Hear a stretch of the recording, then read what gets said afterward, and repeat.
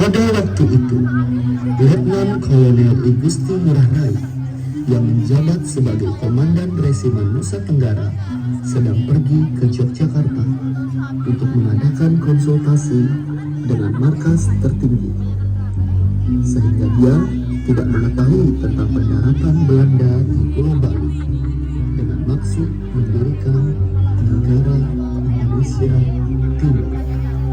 Di saat masyarakat Bali sedang menjalankan aktivitasnya, tiba-tiba datanglah pasukan Belanda berjumlah 2.000 tentara menguasai Pulau Bali. Mendengar kedatangan Belanda, rakyat Bali ketakutan dan berteriak histeris. Mulai hari ini, pulau ini adalah milik kita.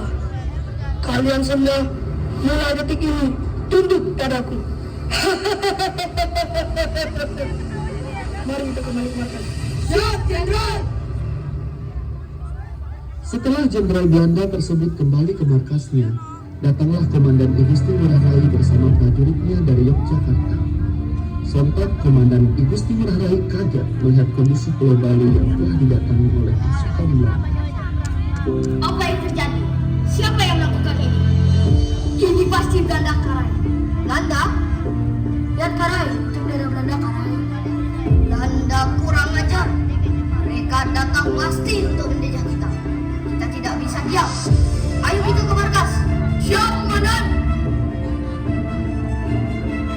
Sesampainya Komandan I Gusti Ngurah Rai dan pasukannya di markas, Komandan I Gusti Ngurah Rai membicarakan penyebab datangnya pasukan Belanda ke Pulau Bali karena disebabkan oleh isi dari perjanjian Linggarjati yang mengharuskan Belanda meninggalkan daerah de facto.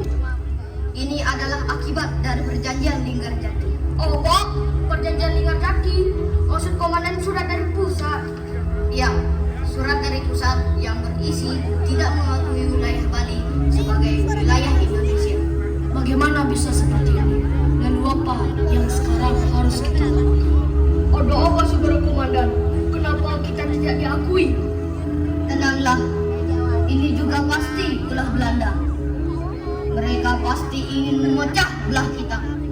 Yang harus kita ingat adalah, meskipun kita tidak diakui sebagai wilayah Indonesia dalam perjanjian Linggarjati, tetapi jiwa dan raga tetaplah di Indonesia. Kita buktikan kepada pusat bahwa kita juga berjuang untuk kemerdekaan Indonesia. Sedangkan di markas Belanda, Jenderal Belanda sedang menyusun rencana untuk membujuk Komandan I Gusti Ngurah Rai agar mau untuk bekerja sama dengannya. Kita harus mencari cara agar para monyet Bali itu mau bergabung bersama kita. Kenapa harus bergabung bersama kita? Mereka hanya berguna sebagai lap untuk kita, dan juga untungnya untuk kita. Ini namanya strategi. Sudah, Saya minta kalian berdua untuk tidak berkelahi di sini. Jika Bali ada di tangan kita, ini akan mempermudah kita untuk menyerang Indonesia dari arah timur. oh, kalau begitu kita ancam saja mereka, Jenderal. Atau kita bawa saja mereka ke markas kita. Apa itu yang kalian sebut dengan membujuk, ha? Jika seperti itu, para monyet Bali akan menyerang kita. Tolong! Jenderal, bagaimana jika Jenderal bertemu dengan pimpinan tentara mereka lalu membujuk mereka agar bergabung dengan kita? Mereka itu orang bodoh, Jenderal. Saya pikir itu ide yang bagus. Kalau begitu, aku akan menemui mereka melalui surat. Setelah Jenderal Belanda menulis surat, lalu surat tersebut dikirim ke markas pasukan Belanda. Sesampainya surat itu di tangan Komandan I Gusti Ngurah Rai, emosinya memuncak ketika membaca isi surat yang ditulis oleh Jenderal Belanda tersebut, yang berisi bahwa Jenderal Belanda ingin melakukan perundingan dalam pembentukan negara Indonesia Timur dengan Komandan I Gusti Ngurah Rai yang akan mendirikan pemerintahan ini di bawah pemerintahan Belanda. Tidak, ada apa, Komandan?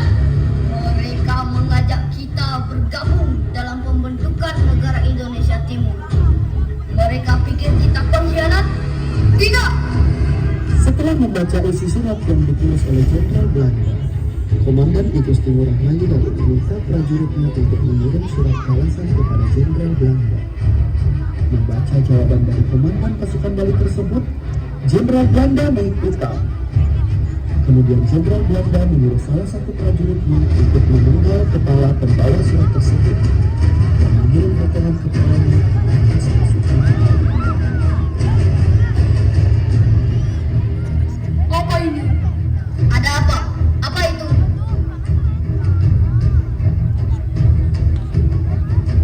Belanda kurang ajar.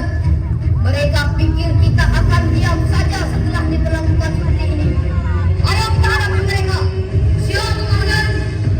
Baik, kita harus mengusir para penjajah yang datang. Kita gunakan tombak. Jika tombakmu patah, gunakanlah kedua tanganmu untuk membunuh. Jika tanganmu patah, gunakanlah gigimu untuk menggigit. Dan jika gigimu patah, gunakanlah kedua bola matamu untuk mematahkan semangat lawan. Mari kita hadapi para penjajah. Ayo, siap, komandan.